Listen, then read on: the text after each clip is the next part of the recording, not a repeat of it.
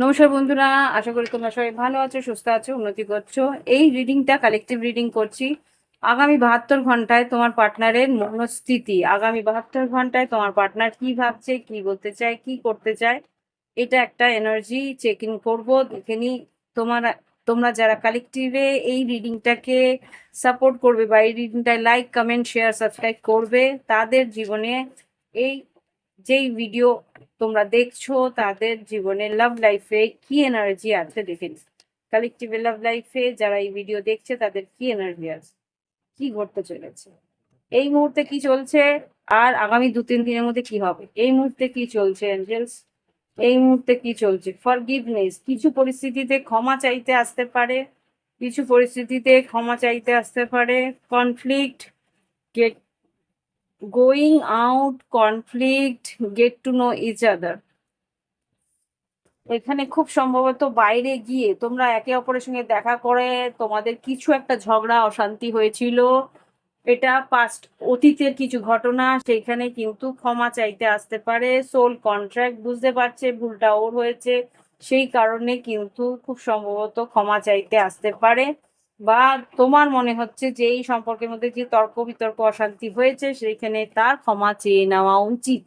এখন এই পরিস্থিতি চলছে, এই মুহূর্তে তোমার পার্টনারশিপ বা রিলেশনশিপের মধ্যে এরকম একটা এনার্জি চলছে যে এই মুহূর্তে সম্পর্কের মধ্যে কিছু একটা অস্থিরতা, ইলিউশন চলছে, সেটার জন্য তোমাদের মধ্যে ঝগড়া অশান্তি। ইলিউশন মানে হচ্ছে ঘোর, বা ইলিউশন মানে হচ্ছে কিছু আচ্ছন্ন কিছু পরিস্থিতি চলছে যেটা কি তুমি বুঝতে পারছো না, যে পরিস্থিতিটা তোমার কাছে একটা অস্থিরতা এনে দিচ্ছে। তো সেই জায়গা থেকে তুমি চাইছো যে সেই মানুষটা তোমার কাছে এসে ক্ষমা চেয়ে নিক। তো new doors opening, working on the connection, এই সম্পর্কটার থেকে নতুন একটা দরজা খুলুক, আর এই সম্পর্কে তোমার পার্টনারও যাতে কিছুটা এগিয়ে এসে সম্পর্কটাকে বাঁচানোর চেষ্টা করুক, সেটা তুমি চাইছো। ওকে, বা এই সম্পর্কের মধ্যে সেটা হোক, সেটা সেই পরিস্থিতিটা রয়েছে যে এই সম্পর্ক বাঁচানো যেতে পারে, এরকম পরিস্থিতি রয়েছে। দেখে নি এবার তোমার পার্টনারের মনের মধ্যে কি চলছে এই মুহূর্তে, এটা নয় বলছে। আচ্ছা,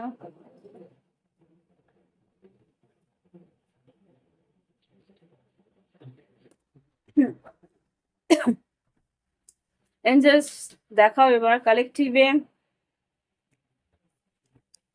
যারা রিলেশনশিপে আছে তাদের আগামী দিনে কি পরিবর্তন, মানে আগামী দিন না, এই পরিস্থিতিতে কি ঘটছে আজ পর্যন্ত, বা এই রিডিংটা যখন দেখছে তাদের কি পরিস্থিতি চলছে। কনফ্লিক্ট, হ্যারাফেন্ট, টেন অফ পেন্টিকলস হতে পারে, বিবাহিত সম্পর্ক বা বিয়ে নিয়ে কোনো অশান্তি, এরকম কিছু আসতে পারে। জাস্টিস, ন্যায়,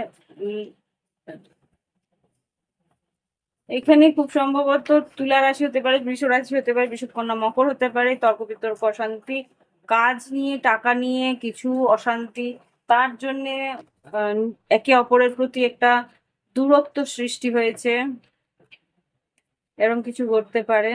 হুম কেউ কারোর কাছ থেকে দূরে যাওয়ার কথা হয়তো ভাবছে, এখানে 6 অফ সোর্সও এসছে।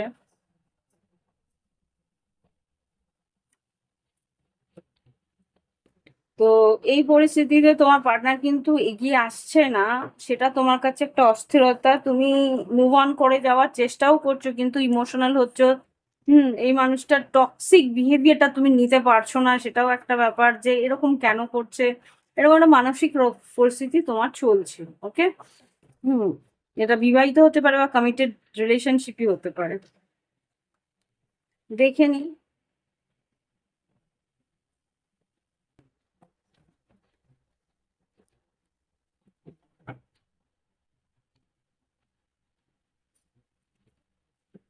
এবার আগামী 72 ঘন্টায় কি করতে পারে। আগামী 72 ঘন্টায়, ওকে, আগামী 72 ঘন্টায় রিচিং আউট।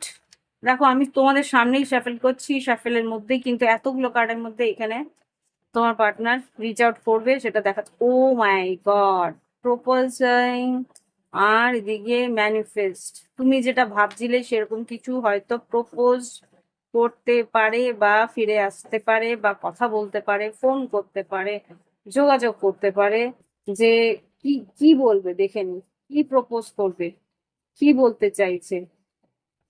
আচ্ছা, দেখলে কি আমি কি দেখাতে পারলাম, এই যে নিউ বিগিনিং, আর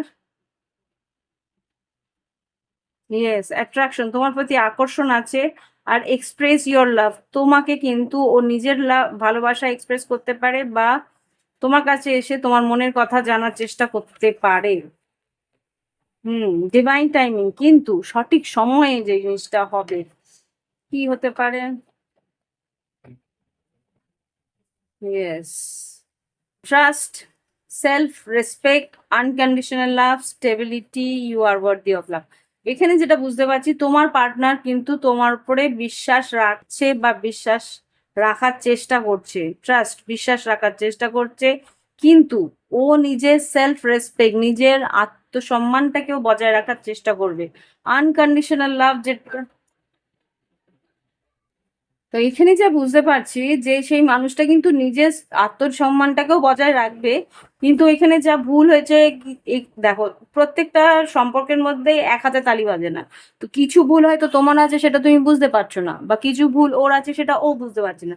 একে অপরকে এক্সপ্রেস করো, একে অপরকে মন খুলে বলো, সেটা তাহলে কিন্তু তোমাদের সম্পর্কে স্টেবিলিটিটা আসবে। এই সুযোগ কিন্তু ঈশ্বর দিচ্ছে আবার, এটাই যে ঈশ্বর কিন্তু একে অপরকে যে তোমরা এতটা ভালোবাসো, আনকন্ডিশনাল নিঃস্বার্থভাবে যে ভালোবাসো, সেই কারণেই কিন্তু তোমাদের দুজনকে সেই সুযোগটা কিন্তু ঈশ্বর দিচ্ছে, যে যাতে কথা বলতে পারো। হ্যাঁ, মেজর চেঞ্জ, লাস্টে বটম অফ দ্য ডেক থেকে যেটা দেখতে পাচ্ছি, মেডেরতে, সরি জিভ জড়িয়ে যাচ্ছিল। হ্যাঁ, মেজর চেঞ্জ যেটা বলছে, বড় একটা পরিবর্তন তোমার আর তোমার পার্টনারের রিলেশনশিপে আসতে চলেছে, সেটা দেখে নি কি এসছে। এঞ্জেলস কি আছে, মেজর চেঞ্জ কি বড় পরিবর্তন আমার কালেকটিভের মধ্যে আসতে চলেছে দেখে নি।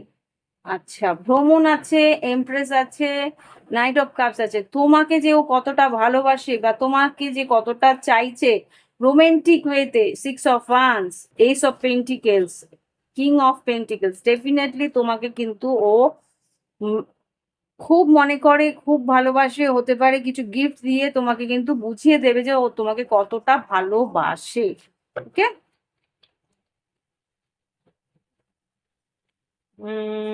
আর কিছু, টেম্পারেন্স, কিন্তু তোমাকে একটু ধৈর্য ধরতে হবে, টেম্পারেন্স কি, অল্প ধৈর্য ধরতে হবে, যে সঠিক সময়ে সেই পার্টনার আসবে। ওকে, সুযোগ কিন্তু ঈশ্বর দেবে এখানে, ফুল কার্ড, একটা হঠাৎ করে রিস্ক নেবে। আচ্ছা, আর একটু দেখে নি কি বলতে চাইছে। না, কি বলতে চাইছে এঞ্জেলস, প্লিজ আমাকে দেখো, আর কি ঘটতে পারে আগামী 72 ঘন্টার মধ্যে। সেভেন অফ পেন্টিকেলস, একটু তোমাকে ওয়েট করতে হবে, এই মুহূর্তে কিছুটা টক্সিক এনার্জি রয়েছে, এটা আগামী কিছু দিনের মধ্যে, দু একদিনের মধ্যে একটা অমাবস্যা আছে, অমাবস্যা, তার মধ্যে গ্রহণ আছে, সেই গ্রহণটা কেটে গেলে তোমাদের কথা বলাটা উচিত, আদারওয়াইজ কি অমাবস্যা গ্রহণের মধ্যে কিন্তু একটা, ইয়েস, টু অফ কাপস আর লাভার্স, একে অপরকে প্রচন্ড তোমরা ভালোবাসো, যেটা আমি দেখতে পাচ্ছি, একে অপরের প্রতি ভীষণ আকর্ষিত, কিন্তু একটু সময় তোমাদের অপেক্ষা করতে হবে। নাইট অফ পেন্টিকেলস, সে আসবে, কিন্তু ডিভাইন টাইমিং এসছে, সঠিক সময়ে সঠিক কিছু ঘটবে, তাড়াহুড়ো করলে চলবে না। তাড়াহুড়ো করলে ভুল ভ্রান্তি হবে, তাড়াহুড়ো করলেই অশান্তিটা আরো বাড়তে পারে। হুম, তো একটু টাইম দাও সম্পর্কটাকে, ঠিক আসবে, তাকেও তার বিবেচনাটা করতে দাও।